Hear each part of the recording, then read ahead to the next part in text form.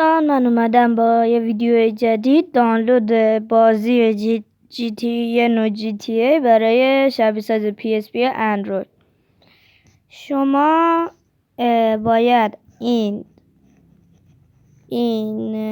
متن رو جستجو کنید، ما رو متن میزنید، یه لینک میاره.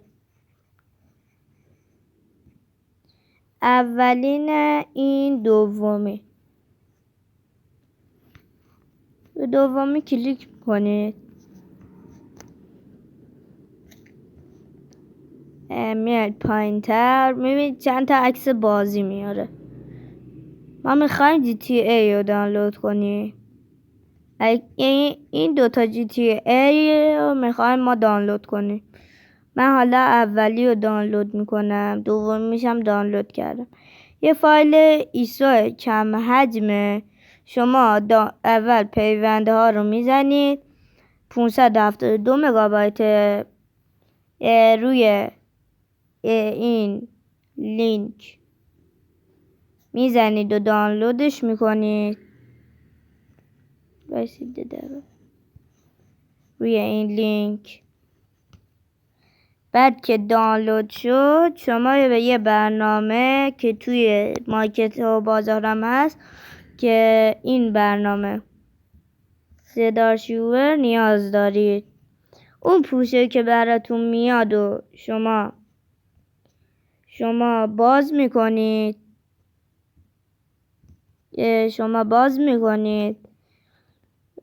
میزنید باز کردن پوشه.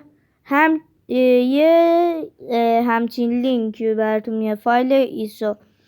اون لینک رو کپی میکنید توی یه پوشه ای.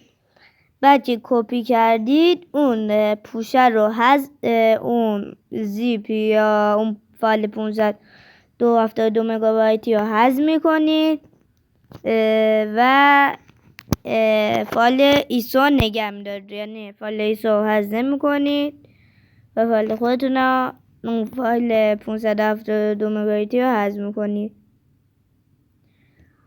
بعد میتونید توی فلش هم بریزید اگه تو گوشیتون یه جانشه، چون 1 گیگابایت و 58 مگابایت اندازه فایل ایسوشه. خب من اینو دانلود کردم. روی پی اس پی میزنیم، شبیه ساز پی اس پی رو باید حتما دانلود کنید. این شکلش اوایل بازی.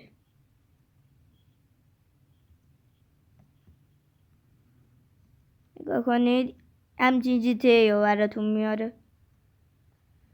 حالا برای اگرم میخواد این جی تی ای رو دانلود کنید، همون کارایی که بهتون گفتم رو انجام میدید. الان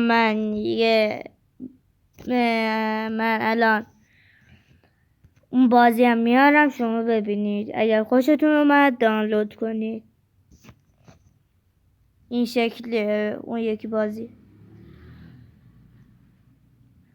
لیبرتی سیتی.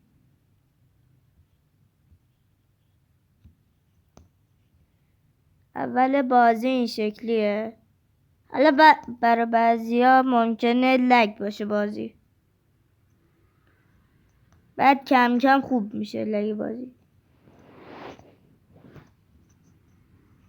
برای من حالا یکم لگ داره.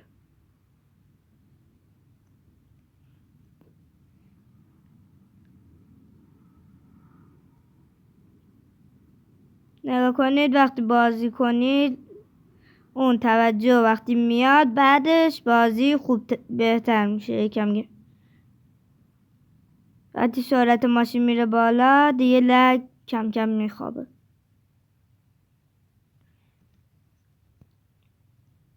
امیدوارم از این ویدیو خوشتون اومده باشه. حتما منو لایک کنید این ویدیو و سابسکرایب. خداحافظ.